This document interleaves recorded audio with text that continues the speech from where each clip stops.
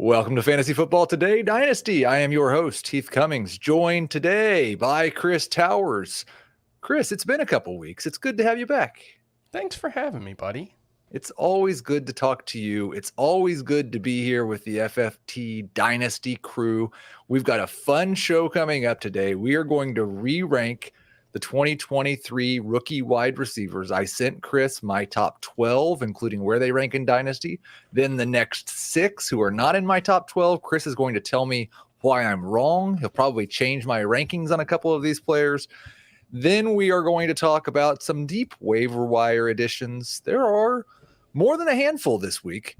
And then finally, we're going to finish up the last, hopefully 15, 20, maybe even 25 minutes of this show answering your Dynasty questions in the chat. So please have those questions ready. Don't send them all in now because I'm not going to answer them now, and I'm not going to scroll up and find them later. I'll tell you when, but the last 30 or 40 minutes or 20 or 30 minutes, we will definitely be answering your questions. First, Chris, we've got 3 questions. You've been on this show many times, so it's not 3 questions about Chris. It's 3 questions that I can't really figure out what I think the answer is. And okay. The first one has to do with one of my favorite quarterbacks in the NFL. Ever, Gardner Minshew, had a terrible game 2 weeks ago, then just was like a top 5 fantasy player this week against the Cleveland Browns, which makes all kinds of sense. Anthony Richardson has had the surgery. He's not coming back. Minshew's a starter the rest of the year for the Colts. What are our expectations for Minshew rest of season? If you're a win now team in a super flex league, is he a buy? Is he someone you think can help you in that format?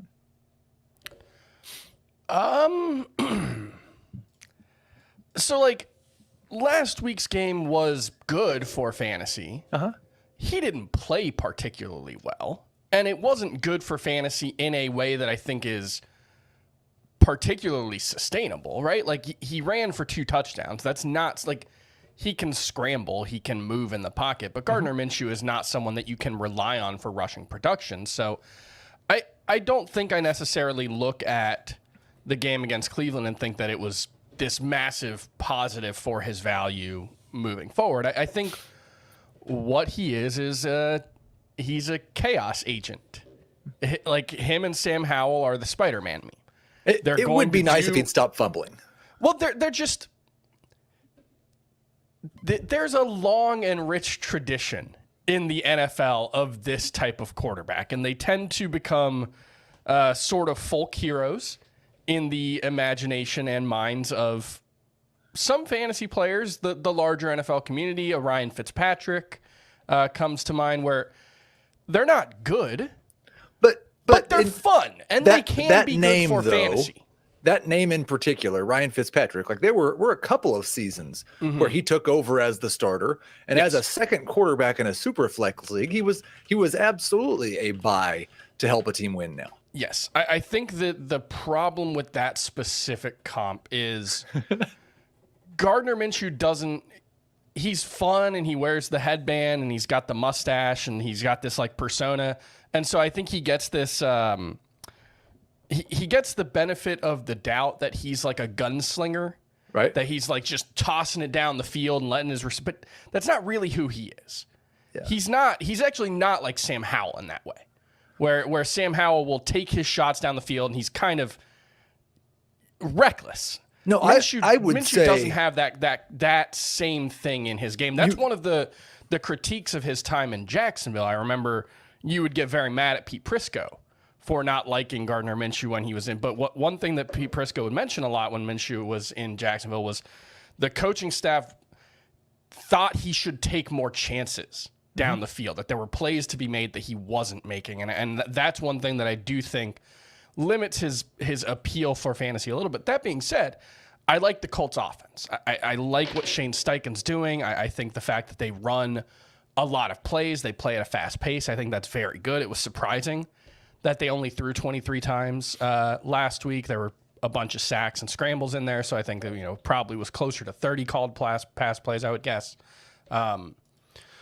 But yeah, I think he's firmly in the mid-range QB2 range the rest of the way. He's got a solid receiving group. He's got a a very good coaching staff and an offense that I generally like. So I think if you are trying to win and you're weak in a super flex league, he is someone to target. I do think like the Sam Howell comp it's bad in a lot of ways. Like they are the chaos agents and they do have these wild swings. But you're right. Sam Howell holds onto the ball forever trying to find the super play. Minshew's going to take probably a fourth of as many sacks as Sam Howell is, but he also can't hold on to the football right now, which is very frustrating. Like his fantasy production over this season, if you removed the fumbles, would be hugely different because he's fumbling 2 or 3 times per game. Yes, that's part of it. Minshew has a pretty high sack rate. It's not Sam Howell, who is losing like 40 yards per game from sacks. It's just the Sam Howell sack numbers are bonkers. Right. His sack rate is double Gardner Minshew. I've lost a lot of hope for him, and I think some people over the last 2 weeks may have lost a little hope for Brock Purdy. He's come back to earth a little. He's still wildly efficient because every quarterback who plays for Kyle Shanahan is, but he's no longer has the unblemished win-loss record, no longer seems to be a guarantee for 2 passing touchdowns every week like he was last year and early in this season. And so how do you view him moving forward? Should fantasy managers who've kind of like been right about Purdy so far and been happy to have him as a starter, like wait for the next good game and sell? Or is this just a little blip and he's still going to be a borderline top 12 quarterback for the next half a decade? I would be surprised if he was a top 12 quarterback for the rest of the decade, just largely because of the way that offense runs. I think he's fine. He's got room to grow. I think last night we saw the benefits of an expected interceptions or expected turnovers metric versus an actual turnovers metric because the turnovers finally happened. But I think the bigger thing is just he's averaging, 26 pass attempts per game right now, 28 pass attempts per game. Yeah. He's under 200 attempts in 7 games. He doesn't run. It's a very good offense, but I think he's a mid-range QB2. So we've got 3 guys we've put in the same category here. You're a dynasty manager. Who would you rather have on your roster? Brock Purdy, Sam Howell, or Gardner Minshew?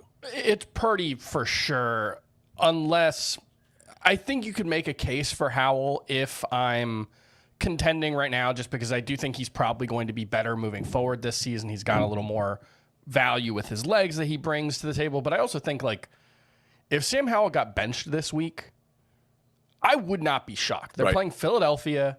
He takes 11 sacks per game. Philadelphia's got the most fearsome defensive front in football.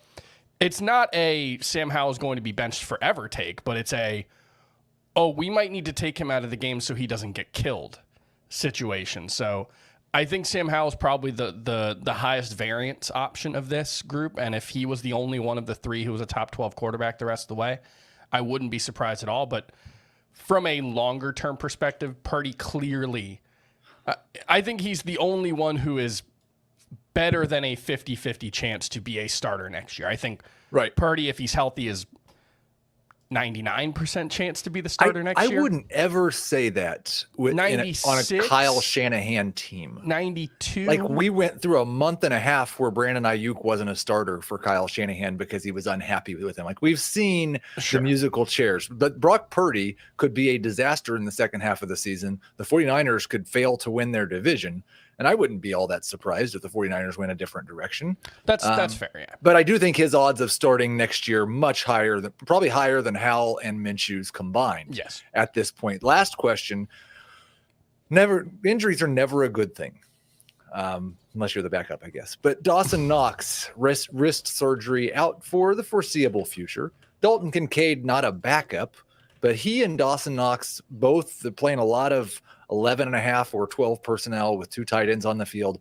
Knox getting all of the green zone and end zone targets, I believe just 1 all season long for Kincaid.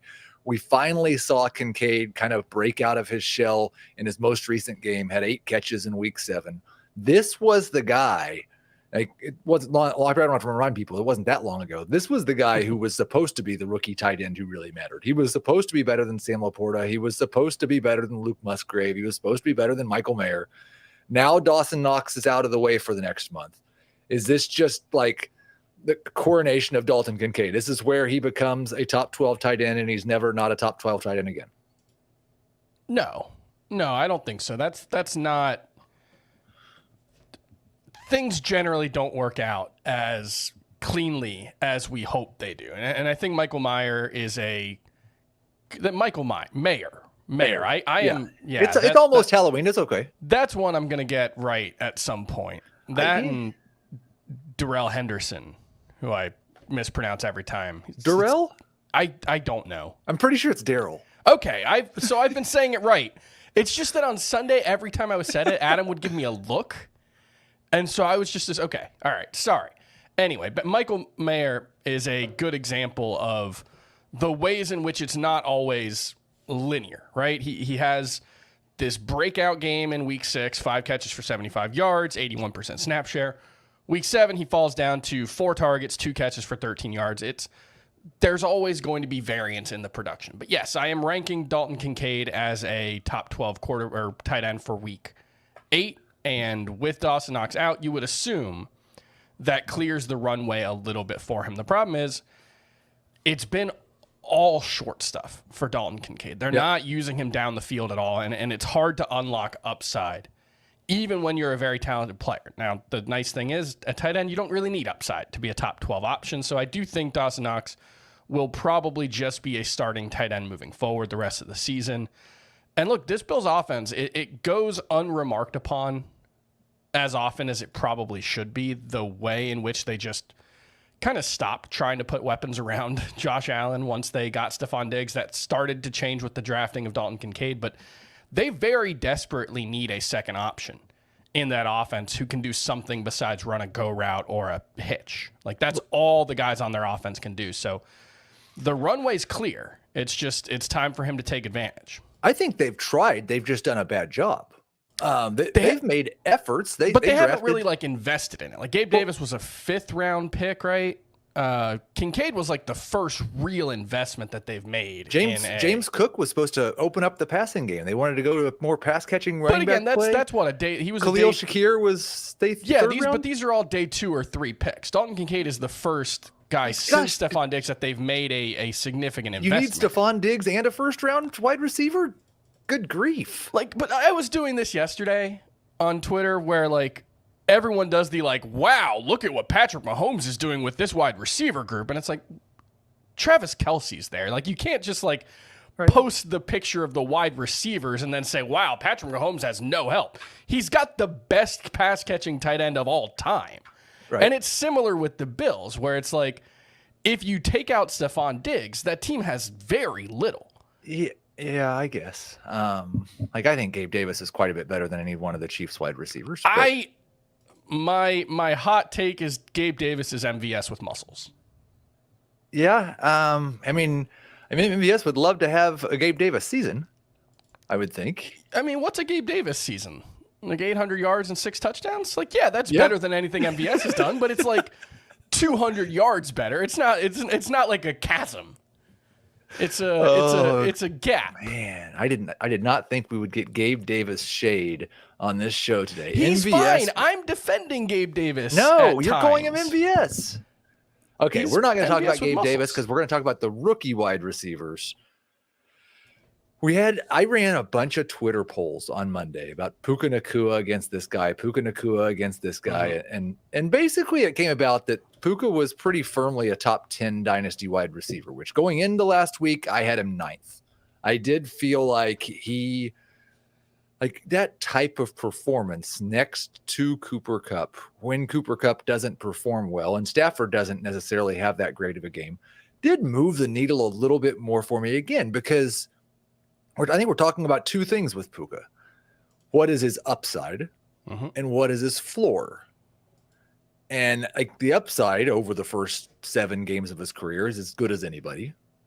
The floor is still a pretty big concern, but the more of these types of performances he stacks on top of each other, the harder it becomes to believe that, Matthew Stafford and Sean McVay are going to go away, and Puka Nacua is going to turn into Robert Woods.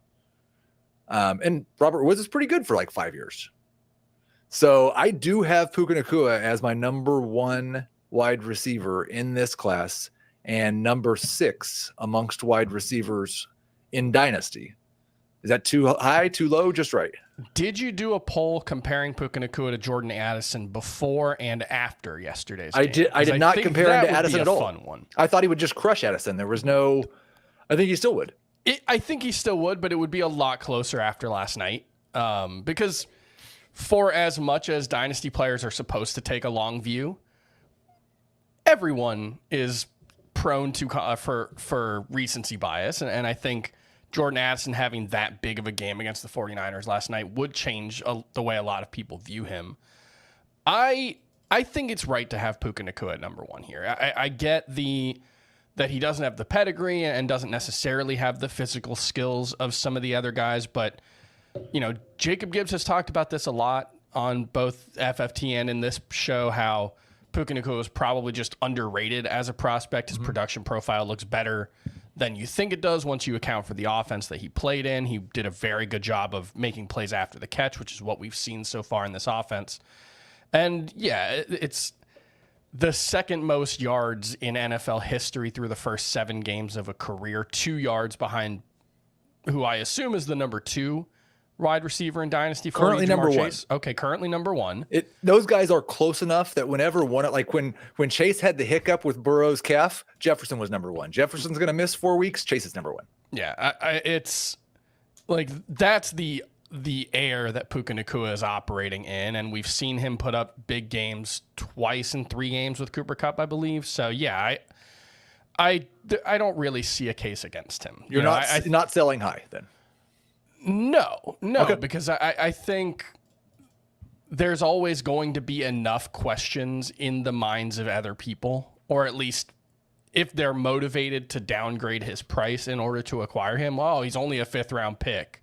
Matthew Stafford could retire. Matthew Stafford's not, right. He's old, but he's not that old. Like we were, I was talking on Twitter yesterday about the Garrett Wilson Puka Nacua thing. And I think that one's a really interesting one because Puka's already had, I think he's averaging 20.8 PPR points per game so far this season. Garrett Wilson has 3 games total in his career with more than that. Right. Puka Nacua is clearly in a better situation. I've got Puka. Garrett Wilson was one of the 2 wide receivers that I moved Puka ahead of after this week. I had him just behind him. I moved him just ahead of him. Let's get to 2 more guys who are right behind Garrett Wilson. Number 2 and number 3, they are back-to-back in the Dynasty wide receiver rankings. Jordan Addison at 13th, Jaxon Smith-Njigba at 14th. I had JSN as my favorite wide receiver in this class before the draft. And then when landing spot was factored in, I moved Addison just ahead of him.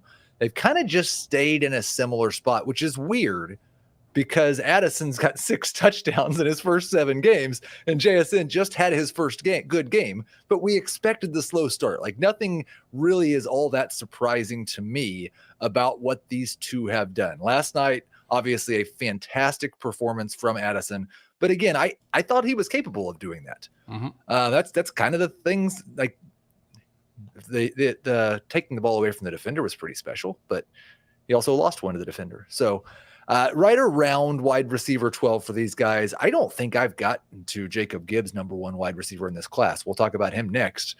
But Addison and JSN, would they be 2nd and 3rd for you?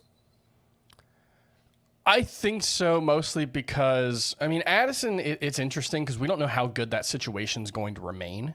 And so I did think coming in, Jaxon Smith-Njigba was the better talent. And I do feel like 2024, 2025, I feel a little more confident that Geno Smith is going to be there, whereas the Vikings could be in not a total rebuild, but in a situation where their quarterback is a big question mark next season. So I think I would give JSN the edge, but we're also, the thing to keep in mind with him is we do have to go back a couple of years to get the elite production from him. Now that's not his fault. He only played 3 or 4 games.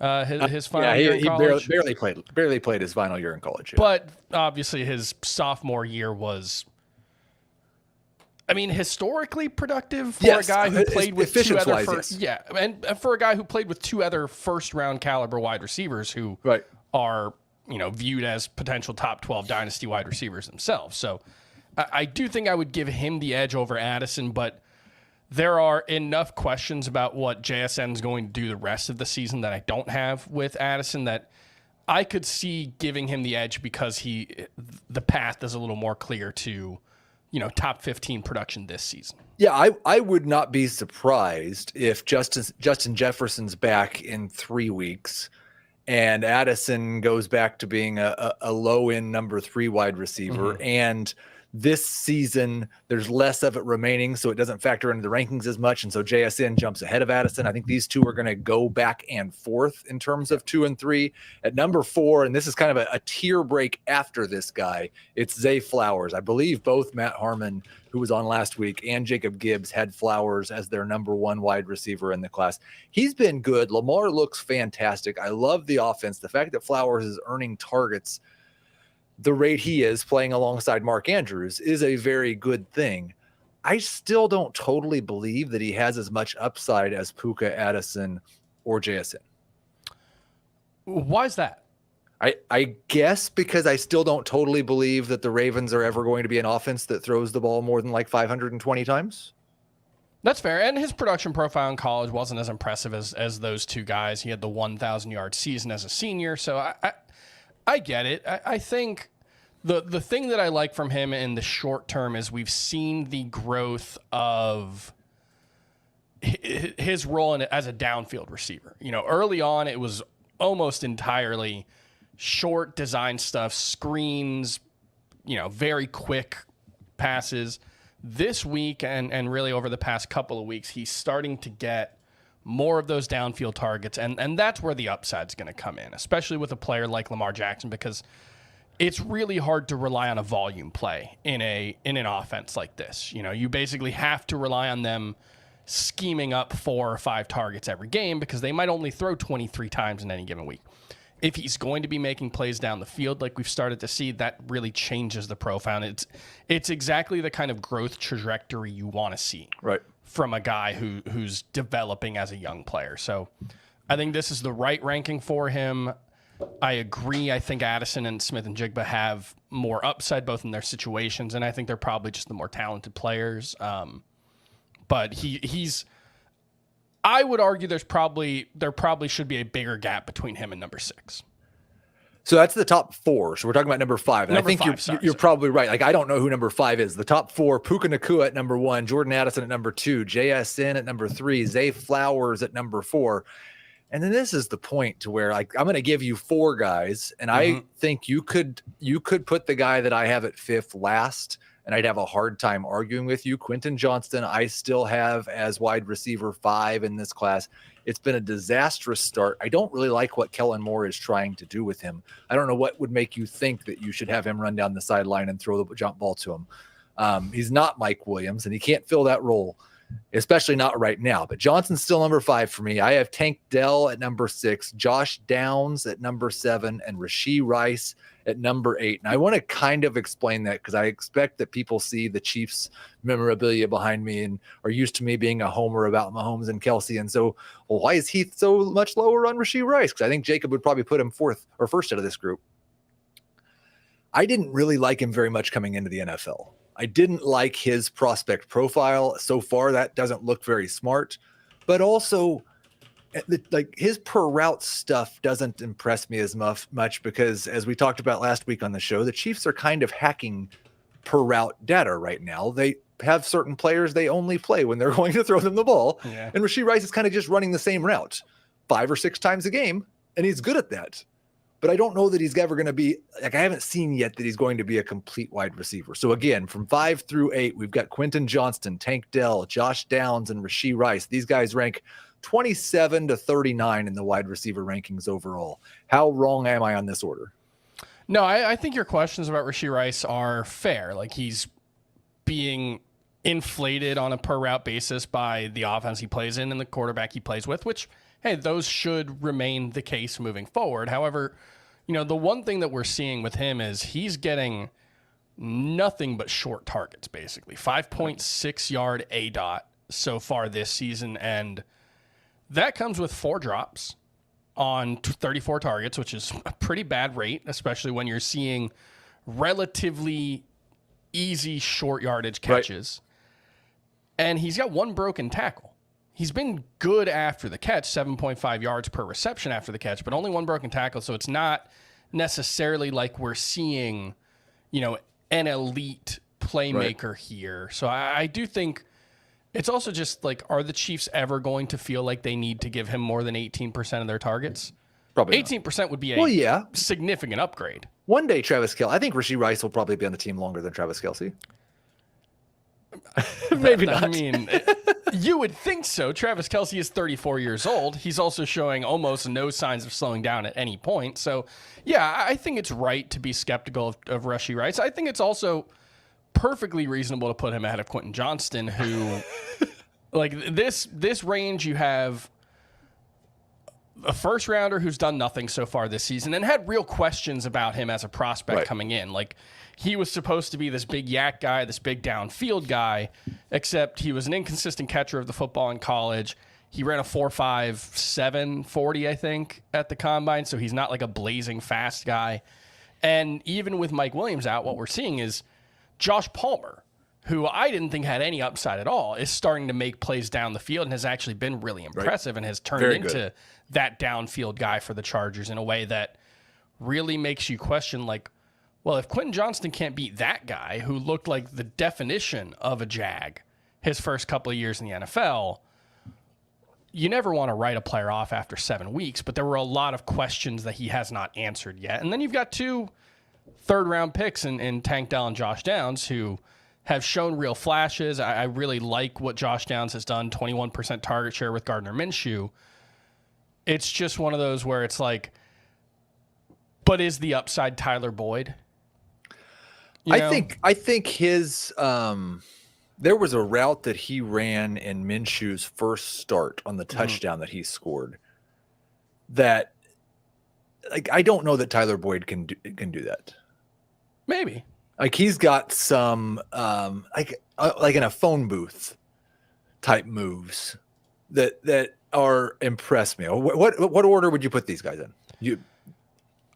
I think I'd go with the same order. I think I would still go with Quentin Johnston. I would give him the benefit of the doubt and give the pedigree and draft capital bump over the production over 7 games, because he wouldn't be the first rookie wide receiver to struggle for a half season and then figure things out. Mike Williams was one of those guys.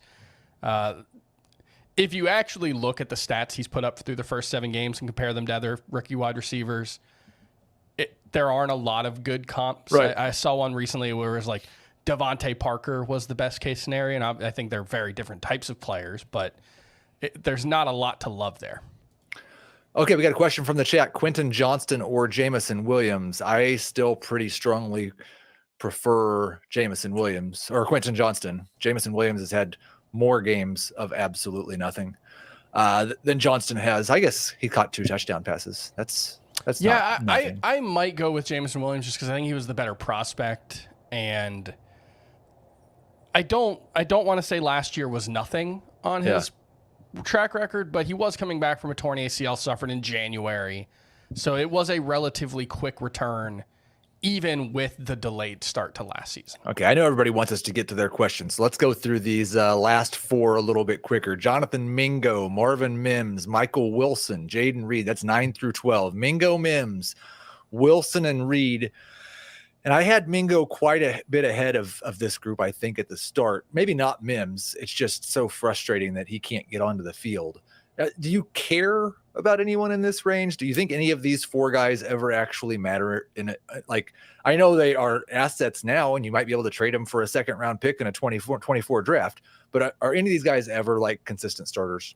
I think it's extremely unlikely. Mingo was the highest drafted of this group, but the question I had coming into the season was, how is a guy who couldn't beat out wide receivers who did not make the NFL at Ole Miss, how is he supposed to step in the NFL and all of a sudden, like, I know coming into the season, like, well, he doesn't have any competition. And it turns out, like, Adam Thielen and DJ Chark are NFL wide receivers. He had never played with NFL wide receivers before. Well, and Adam Thielen's actually really good.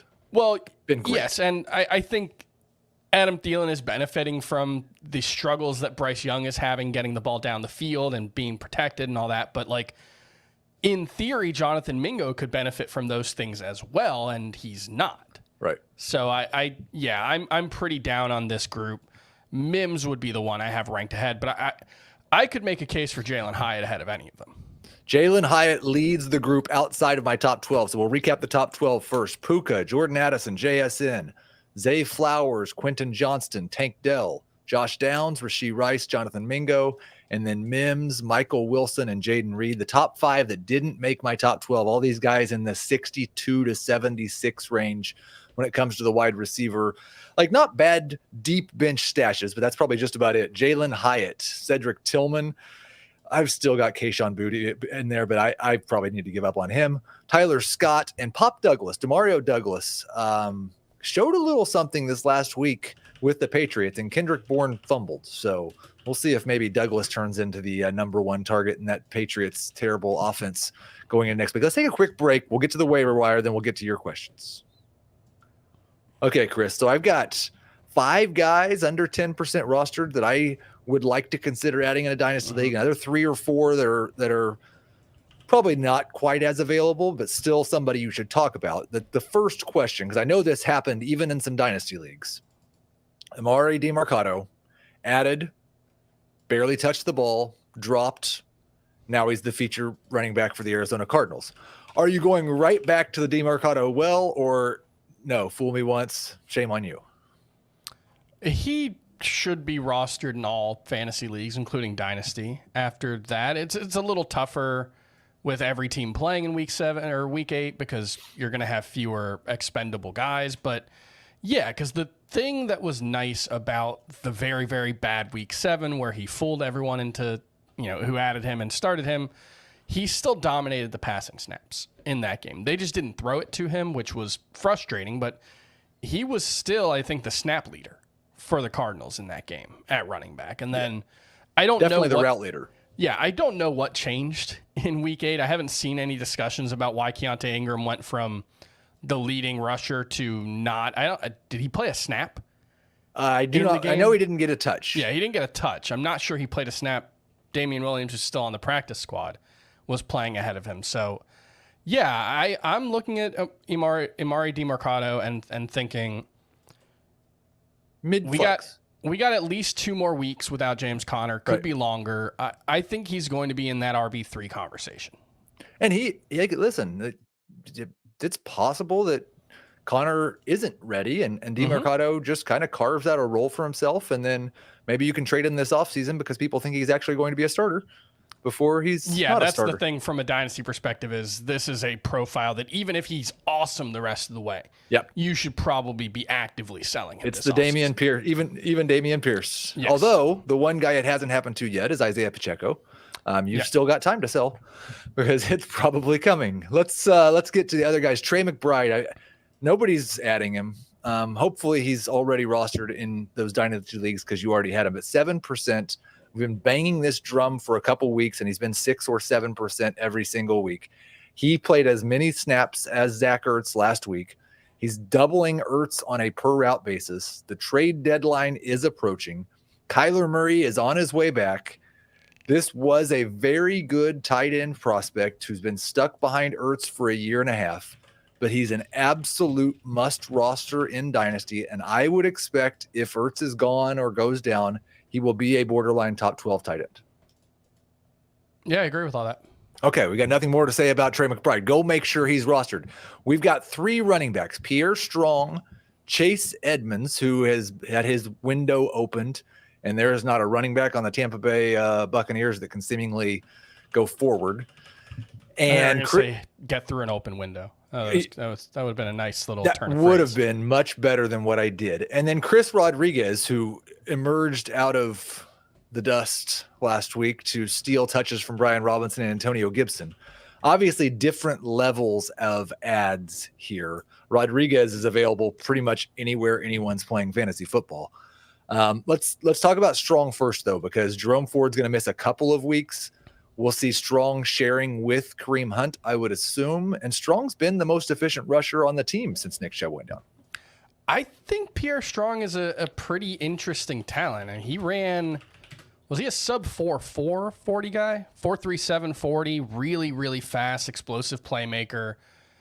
I think he's got a chance. Kareem Hunt, we know what he is, and he's going to have a role because the Browns trust him. He's going to get the goal line stuff, but it wouldn't shock me if Pierre Strong was making consistent plays that make the Browns think about getting him more involved over the next couple of weeks. And the other thing I'll add is I don't know if this is actually a trend, but it's happened a few times now where guys suffer high ankle sprains and there's this rush by the teams or by the media members that the teams are leaking information to say, it's not that bad, guys. It's a high ankle sprain, but he's fine. He might play this week. We don't know. And like that was the report with Jerome Ford.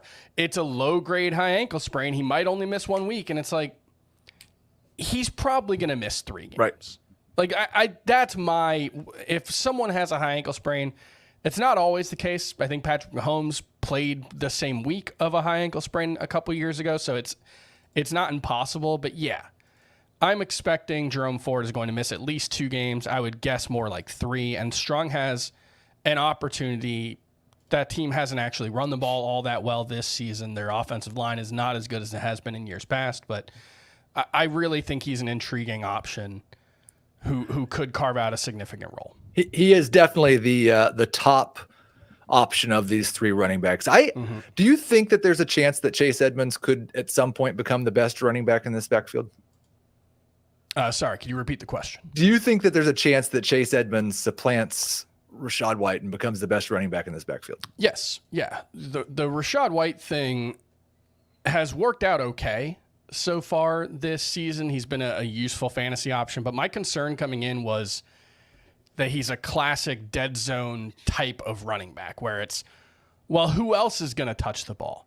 But then when he actually gets on the field, it's like, well, anyone could do what he's doing, at least in the running game. He's actually been very good as a pass catcher, which was the profile coming in. But, we've seen Chase Edmonds look pretty good as a runner. So I would not be surprised at all if this became a two-way committee with Chase Edmonds getting more of the rushing work than Rachaad White at some point this season. And then I'm just viewing Chris Rodriguez as, here's a guy who touched the ball this week. We should probably add him just in case. Just in case, yeah. Yeah. I mean, it's rare you find running backs at 1% rostered who are touching the ball. So it's worthwhile. I think it's more concerning for Brian Robinson than it is positive for Chris Rodriguez. But absolutely, if Robinson gets hurt or if they just want to go away from him, Rodriguez would figure to be the clear beneficiary because it's not Antonio Gibson. I will say one tight end, and it wasn't the guy that everybody was hoping would be the tight end, Darnell Washington, because he's more of a tackle. Connor Hayward actually played 86% of the snaps for the Steelers last week without Pat Freiermuth. Could be a red zone target, a touchdown-dependent streamer. We don't know how long Muth's going to be out, but I don't think he's going to be back soon. So in a deep league, especially maybe a tight end premium league, he could be interesting. We've got 4 more guys who aren't quite as available. What do you think of Tyler Bagent?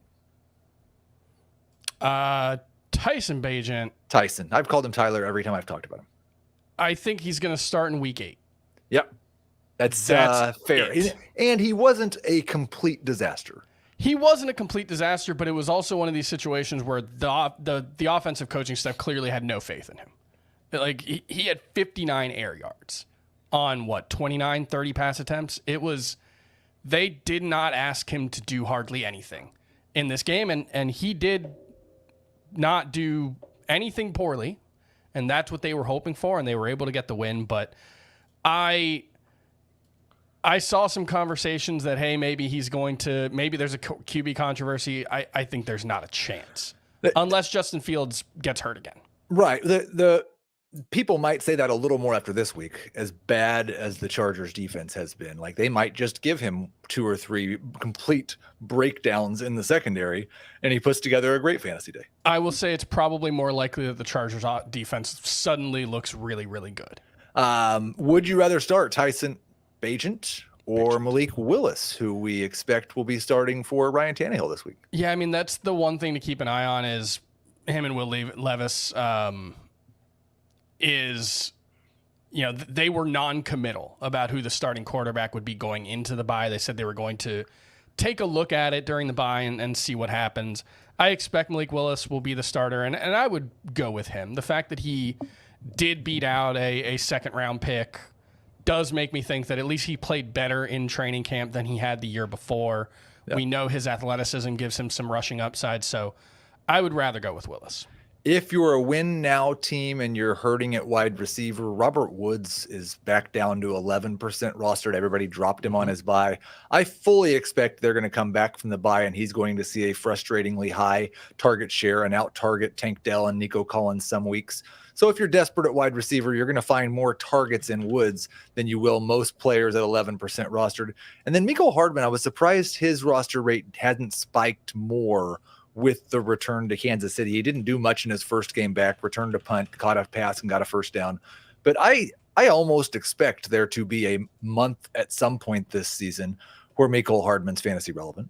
Yeah, he only played 11 snaps, but it was his first game with the team. You know, he only was acquired a couple days before the game, so I would expect that role to grow. He's got the Giants this week, so the problem with Hardman was even when he was, quote unquote good last season, it was very touchdown dependent, and they've got a lot of options to draw up those kind of, short area touchdowns. Like, are they really going to do that with Kadarius Toney there?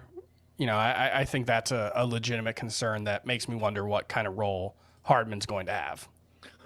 All right, we're getting ready to take a break. I just sent the tweet out, so those of you who are already here, we'll get your questions answered first, but get them in now. When we come back, we'll be answering your questions for the last 15 minutes here on FFT Dynasty. Okay, Chris, so I saw a question earlier. I said I wasn't going to scroll up. I lied. I saw this question from Nathan Sosa in the chat, and I thought that's one that's worth scrolling up for. When do I know when to tear down? I'm 3-4, but top 3 in scoring. And I get the emotions of this game and how frustrating it can be. And I know that I am the guy who always says you never want to get caught in the middle. I want to be first or last. But this is not the time to tear down. Like 3-4 and top 3 in scoring, you might be a contender. What the answer to this question is very dependent on your trade deadline, because a lot of dynasty leagues don't have one. And so in that case, I'm probably writing it out until I see, like, if I have some injuries, then maybe I tear it down. But otherwise, I'll just write it out. If you've got a trade deadline around Thanksgiving, like most fantasy leagues, then I'm waiting until just about then. And if I'm still first, we had this in our Keep Fun league last year, and it didn't work out for me, but I was 6th or 7th at the deadline, and I had the top scoring team. I ended up making the playoffs and losing in round 1 or round 2. But if you're scoring really well, don't worry so much about that record, especially this early. I'd wait until very close to the deadline and see what it looks like then. Yeah, the one thing I would say is it also depends, obviously, on the makeup of your roster. If you've got an older team if you're 3-4, but your team is built around like Austin Eckler and DK Metcalf and Mike Evans, I think I'd probably hang around because those are guys who have all had their buys. So they're clear now. Their runway, they're going to be there for you the rest of the way as long as they're healthy, and that makes it a little easier. If you're 3-4 with an older roster and you've got a bunch of guys who haven't had their buys, that makes it a lot more complicated. That makes your path to actually making the playoffs a little trickier because you're not just going to have to make up ground on the teams that are already doing well. And 3-4 is very doable. Like that's right. a 3-game winning streak and you're fine. But if like none of your key players have had their buys, that does make it a little trickier because then you've got to make sure you still have that depth to overcome the bye weeks. That's where the margin for error does get narrower. We've got a blockbuster here. And it says non-PPR, does not say Superflex, so we're going to assume one quarterback. Mm-hmm. Justin Jefferson and Michael Pittman for Patrick Mahomes, Gabe Davis, and Deontay Johnson. I don't think Chris is going to give this one a good grade. I mean, in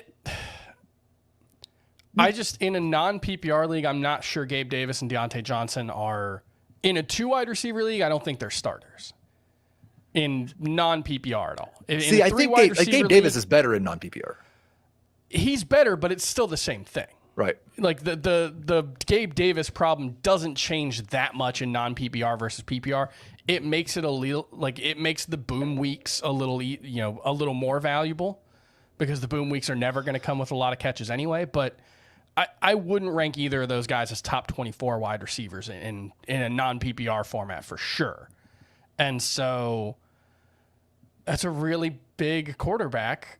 But I don't think I would do it now. And I've got Mahomes on my trade chart, even in one QB, worth a first-round pick. Mm-hmm. And Jefferson, he's worth more than Mahomes, but not as much more in a non-PPR league. His edge drops a little bit.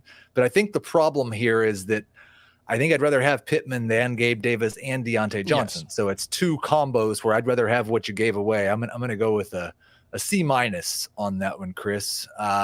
What is Austin Eckler's current trade value in a 10-team Superflex full PPR dynasty league? Late first or second round pick? This is a guy, especially if you're not contending with Austin Eckler on your roster. Like, it seems like his value should be more than a late first or early second round pick. But man, we go another couple of weeks with him not looking as good and not seeing as many targets in the passing game at his age. I'm not sure you're going to get that. Yeah, if you're not contending, I think if you can get a first-round pick for him, you probably just do it now. I do think he'll be fine. Mm-hmm. You know, I think Kellen Moore has thrown 10% of his passes to running backs so far this season, and obviously Eckler missing some time has hurt that, but I don't think he has a game with more than 4 catches so far. And last season, there was something similar early on. The first couple of games, Austin Eckler wasn't really involved in the passing game. I think he really didn't get going until like week 4, and then he was incredible. The obvious difference is that Kellen Moore's the offensive coordinator now, and we didn't expect quite as many targets. Yes, I think the distinction there is worth noting, but last season, I think with the Cowboys, it was like 18% of their passes, and in the 4 years, I think the average was right around 18%. So even that is nearly double what we've seen so far this season. There were multiple times in that game against the Chiefs on Sunday, and it really was infuriating to me, and it made me question Kellen Moore a little bit, where Austin Eckler played on first and second down and then came off the field, and Joshua Kelly came in on third down. Yeah, that doesn't make sense. What are you guys doing? Yeah, and I do think like it ultimately might be like a slightly less than ideal fit between Kellen Moore's play calling and offensive philosophy and Justin Herbert's natural inclination to push the ball down the field. And it might be a situation where they need to get together and kind of like dial it back a little bit and say, we can take some layup throws. We've gone potentially too far in the opposite direction. So we've got a question here about Marvin Mims, and we did kind of jump over him. So he was my wide receiver 10 currently in this class, wide receiver 48 currently in Dynasty. I am pretty skeptical after this start. Like, I was excited about him because I actually thought that he could be a real NFL wide receiver. So far, the Broncos are treating him more like a gimmick player. And I don't like that, but it could be that he's just growing into a role. I wouldn't want to give up on him yet, but I view him as a kind of a low end number 4 wide receiver. How do you view Mims right now? And is any reason to be more encouraged than I am? I think it's a bet on talent winning out. You know, he is very young. That's the one thing to keep in mind is he's not even 22 yet. He doesn't turn 22 until after the season. So that's a good sign for him. You know, he was productive as a young player in college. He's shown the skills in the NFL, right? Like, he's already shown the ability. He's shown that he belongs. And so the question is, how much of his limited role so far is things that he's actually doing wrong or not getting right versus Sean Payton trusting guys that he trusts? And is a potential Jerry Jeudy trade going to open the role for Marvin Mims, or does that just mean more little Jordan Humphrey? Right. You know, that's the question. But I do think when you're talking about a player this young who 7 games in his career has already shown real NFL skills, I think you should be pretty optimistic about them, even if I don't necessarily disagree. Like, I would probably put him ahead of Jonathan Mingo, but I'm much more skeptical of Jonathan Mingo than most people coming in. But I actually think if, like, at Thielen's age especially, I think if something happens to Thielen, you're going to see Mingo in a much less efficient version of that role this year, because I don't think they have anybody else that could move into that role. Yeah, I genuinely don't know. I don't know what to expect. Mingo's playing almost entirely on the outside. I don't know if they'd move him in, because Thielen's playing most of his snaps in the slot. We've got Jerry here, the 7-0 Dynasty squad. Wanted to tell us about his trade. Mostly wanted to tell us that he has a 7-0 Dynasty squad. Good job, Jerry. I gave a 2024 first, 2024 second, and Wan'Dale Robinson. Got DeAndre Swift and Deontay Johnson. Taking the shot. This is exactly the type of move that I would like to make. The only thing I would hesitate on is trading for DeAndre Swift this early in the season. I'd rather get a little closer to the playoffs and make sure he's still healthy. But I think a late first and a late second for Swift and Johnson and whatever Wan'Dale Robinson's worth, I like it. What do you say, Chris? Yeah, I think it's fine. I would, like you said, I would hope that the big name that I'm getting is a more surefire, impactful player. But DeAndre Swift's history tells us that just because he's healthy in October, just because he's healthy in November, does not necessarily mean he will continue to be healthy in December. You know, like there's always going to be injury risk there. Jordan has Trevor Lawrence and Justin Fields. Will have the first 4 picks in next year's draft. Would it be wise to shop Fields for an elite rookie before he possibly can't figure it out? And I get the sentiment there. For a quarterback who has, like, I think Lamar Jackson upside, Fields' floor is still pretty low, with the Bears possessing the Panthers pick and their own pick. Yes. And he has struggled more than I was hoping that he would. We saw the two 4-touchdown games right before the injury. And so I'm not out on Justin Fields, but I do think if you know you're going to be drafting 1 or 2 quarterbacks early in next year's draft, it does make sense. I would just personally try to wait it out until Fields plays again and hope he gives me a game to sell off of. I don't think this is the time to sell Justin Fields. I would say the question is, for me, not will Justin Fields be the Chicago Bears starting quarterback next season? Because I think the answer to that question is almost certainly not. I would say it's like 90% no. Oh, wow. The question, he even with the games where he's played better, the questions, the flaws in his skill set are still there. He has all the physical tools. He's, I think, a much more accurate passer than he gets credit for. It's not a question of that. It's a question of processing the offense quick enough and making the decisions that he needs to make quick enough. And he hasn't really made the leaps that we hoped he would. It's been a lot of DJ Moore making plays after the catch. It's been a lot of kind of unsustainable deep balls for him.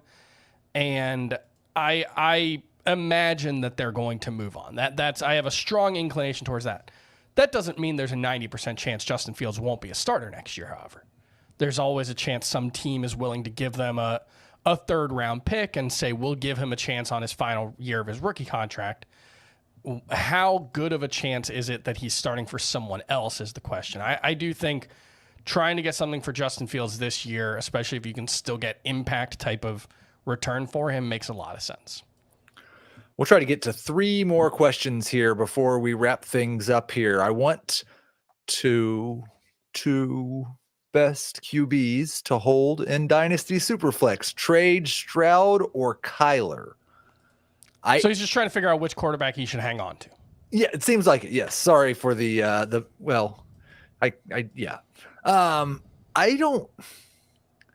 I think I'm higher on both these guys than the consensus. I expect Kyler to come back and basically be a borderline top 12 quarterback rest of season. And I expect him to be a top 8 or 10 quarterback next year. I have CJ Stroud currently as my number 5 quarterback in Dynasty. Mm-hmm. So I think the answer here is that I'm shopping both, and I'm seeing if there's somebody in my league who values them as much as I do. Otherwise, Yeah. I think you wait until Kyler has a good game. Yeah, I think there's a lot more skepticism about Kyler. Like, it was a weirdly popular opinion before the season that Kyler Murray just wasn't going to play this season, and that never made any sense, but a lot of people held it to the point where I think it's probably impacted the perception of Kyler Murray's value. That's another one where I think the chances of him being the Cardinals starter next year are pretty low, but the chances of him being someone's starter are pretty good. But the one thing with CJ Stroud, and it's always the case when you see a player get off to an unexpectedly good start like this, is we're going to see the adjustments. Right. And some guys can't adjust to the adjustments. You know, you see that in every sport. You know, guys get off to hot starts and then they get figured out. I feel a lot more confident in players once I've seen teams adjust to them, figure out what they're doing, and then they adjust and succeed in spite of that. And we haven't seen that yet. It's an unknown with CJ Stroud. It's not a knock against him. It's just that's the question about, like, if he's a top 5 QB, that's when we find out. So we've got another non-PR question. There are still some of those leagues out there going to trade either Aaron Jones or Brian Robinson for a wide receiver. What type of wide receiver? And I think it's interesting. I still think you probably get more for Jones, although the fact that it's non-PPR and the fact that it's Dynasty makes these two much, much closer than you would think in a redraft PPR league. Has Keenan Allen, Gabe Davis, Deontay, and KJ Osborne. I think I'm probably trying to pair Jones and one of the wide receivers not named Keenan Allen to upgrade here, because I don't think Jones gets you enough at wide receiver. You think of any? I'm going to look at my trade chart here, Chris, but can you think of any wide receivers maybe who have been underperforming that you'd be targeting with these guys?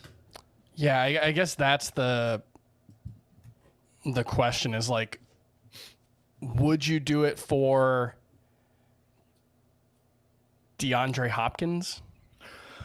I would not. I'm wondering, could you turn Gabe and Brian Robinson into George Pickens?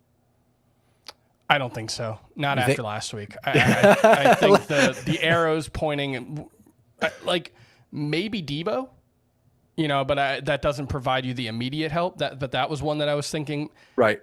Maybe Calvin Ridley. That was the next name that came up for me, was Calvin Ridley, or maybe Christian Kirk. Somebody thinks they're selling him high. Yeah. I think you're going to have to either think old because you're a contender, or you're going to have to think buy low because they've been playing bad so far. Yeah. What about, I don't know, Tyler Lockett? I'd probably be okay trading Brian Robinson for Tyler Lockett. I just don't know how good I feel about Tyler Lockett at this point. I don't feel very good about Tyler Lockett, and I love Tyler Lockett, and he's had a spectacular career. I wish the Seahawks would trade him to the Chiefs. But I don't – there's some bad signs. Yeah, Marquise Brown right now. Marquise Brown might be the right answer with Kyler Murray coming back. That could be a really nice duo in the second half of the season. I think, Chris, we've made a nice duo for the last hour, and I think we're done answering the Your Dynasty questions. We will be back next Tuesday, and we will talk to you then.